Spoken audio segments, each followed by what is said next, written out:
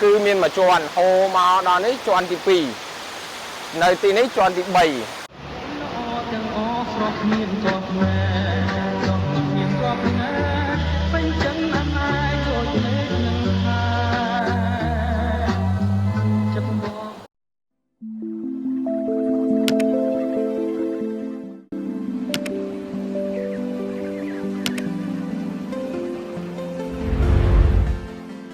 สำหรับបងប្អូនដែលមានគម្រោងមកលេងជាមួយនឹងខេត្តរតនគិរីនៅរដូវពិធីបុណ្យចូលឆ្នាំខ្មែរនៅខាងមុខនេះ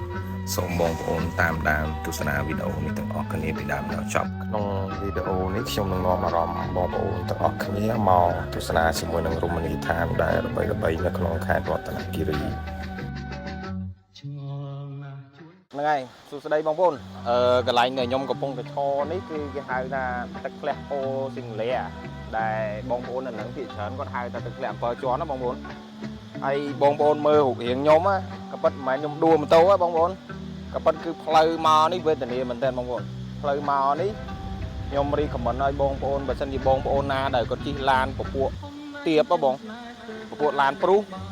ឬក៏ពពួកឡានបន្លែនឬក៏ GS ហើយពពួកឡានដែលទៀបបងប្អូនមកដល់ដូចគ្នាប៉ុន្តែផ្លូវបងប្អូនមុននឹងមកដល់គឺវេទនាបងប្អូនតឹងទ្រូងហើយផ្លូវនេះគឺស្រួលសម្រាប់ដែលឡានពពួកខ្ពស់បងប្អូនឡានតាកម្មាឡានពពួក off road អីគឺអូខេហើយប៉ុន្តែកន្លែងនេះគឺខ្ញុំលឺប្រហែលឆ្នាំហើយបងប្អូនអាកម្រងផ្លូវនៅតែគេកម្រងហើយផ្លូវនៅជាផ្លូវខ្ញុំមិនដឹងមិននៅនេះគឺអ្នកភូមិនៅនេះមិនមែននៅតិចទេបងប្អូននៅច្រើនមែនតើហ្មងដូចបងប្អូនបានឃើញនៅក្នុងវីដេអូដើមអញ្ចឹងគឺបងប្អូននៅនឹងនៅភូមិហ្នឹងគឺច្រើនមែនតើប៉ុន្តែផ្លូវនេះខ្ញុំឮតាំងពី2019 2020ផ្លូវនៅទីផ្លូវ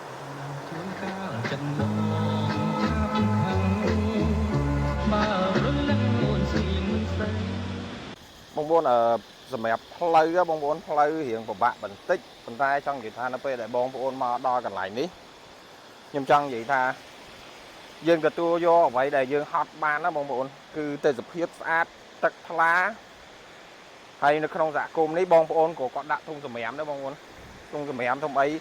អត់សូវមានសម្រាមទេទឹកនេះគឺថ្លាហ្មងបងប្អូនខែនេះគឺអូយស្អាតណាស់បងប្អូនណាបងប្អូនមើលនៅខាងក្រោមខ្ញុំនេះមិនបាននៅនេះគេហៅទឹកធ្លាក់7ជាន់បងប្អូនឃើញទេតាំងពីលើមួយនោះគឺវាមានមតនៈបាត់ហើយនោះហើយនៅក្រោមនេះមតនៈនៅក្រោមនេះមតនៈទៀតនេះបងប្អូនឃើញទេនេះស្អាតមែនទែនបងប្អូនហើយវាហូររហូតទៅដល់ខាងក្រោមនោះអើយស្អាតណាស់បងប្អូនគ្រាន់តែមើលនេះឃើញទេអូនល្អទាំងអស់ស្រស់មានកោះណែស្រស់មានកោះណែពេញចឹងណាស់ហើយដូចមេឃនឹងផាចិត្តបងស្រឡាញ់ចុះចាញ់ស្ដីបងប្អូនទាំងអស់គ្នាកន្លែងដែលខ្ញុំកំពុងទៅនៅនេះគឺហៅថាទឹកធ្លាក់កាចាញ់ហើយកន្លែងនេះផ្លូវចូលមកគឺផ្លូវកស៊ូយើងធម្មតាស្អាតហើយសម្រាប់ការធ្វើដំណើរបងប្អូនជិះពីទីរួមខេត្តមកប្រហែលជា10ទៅ15នាទីទេហើយដូចតែបងប្អូនបានឃើញនៅក្នុងវីដេអូទឹកធ្លាក់នេះខ្ញុំរីកមិនឲ្យបងប្អូនមកលេងដោយសារវាស្រួលផ្លូវ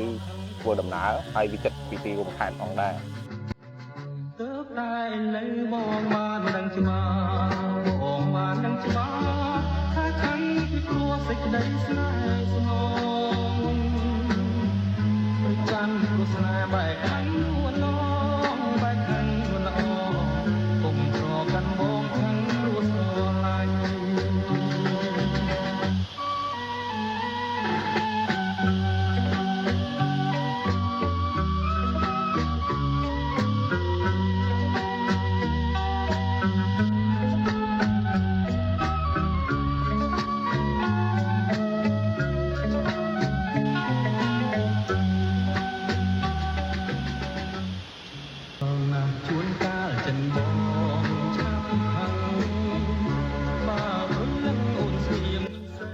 ហ្នឹងហើយសម្រាប់ទឹកធ្លាក់មកតំបន់នេះគេហៅទឹកធ្លាក់កាទៀងបងប្អូនទឹកធ្លាក់នេះគឺហូរមកពីទឹកធ្លាក់កាចាញ់កន្លែងមិញដែលយើងទៅហ្នឹងណាទឹកធ្លាក់នេះទី1គឺវាស្អាតជាងកាចាញ់ប៉ុន្តែចង់និយាយថាបងប្អូនដែលមកលេងនៅនេះបងប្អូនកុំភ្លេចយកកាទេមកព្រោះការនៅនេះគឺអត់មានកញ្ចុះទេបងប្អូន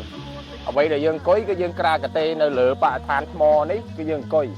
ហើយសម្រាប់ផ្លូវចូលមកក៏រៀងពិបាកបន្តិចពីការផ្លូវវារៀងហុយសម្រាប់បងប្អូនដែលជិះម៉ូតូហើយបងប្អូនជិះឡានមកគឺអូខេហើយផ្លូវគួរក្រហមមែនប៉ុន្តែផ្លូវជាលក្ខណៈផ្លូវស្មើប៉ុន្តែវាគ្រាន់តែហុយបន្តិច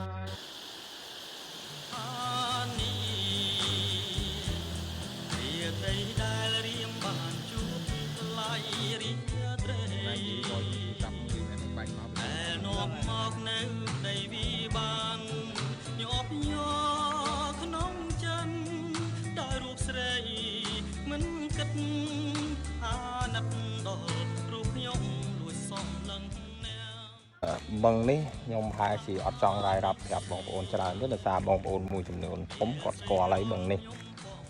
ហើយខ្ញុំគ្រាន់តែចង់និយាយចំណុចមួយទេចំណុចបញ្ហាខ្លះបញ្ហាទី1គឺបញ្ហាដែលបងប្អូននៅពេលដែលបងប្អូនដាក់មកលេងតំបន់មិនថាតំបន់យ៉ាក់ឡោមគឺឬក៏តំបន់ផ្សេងចឹងបងប្អូនជួយសួរនៅតម្លៃម្ហូបគ្រប់មុខឬក៏ម្ហូបអ្វីដែលបងប្អូនដាក់ជាកំងទិញហ្នឹងណា បងប្អូនសួរតម្លៃឲ្យហើយសិននៅពេលដែលបងប្អូនដាក់កំងជិះវៀងនៅពេលដែលបងប្អូនហូបហើយវាមានបញ្ហាពេលគិតលុយគិតអីបងប្អូន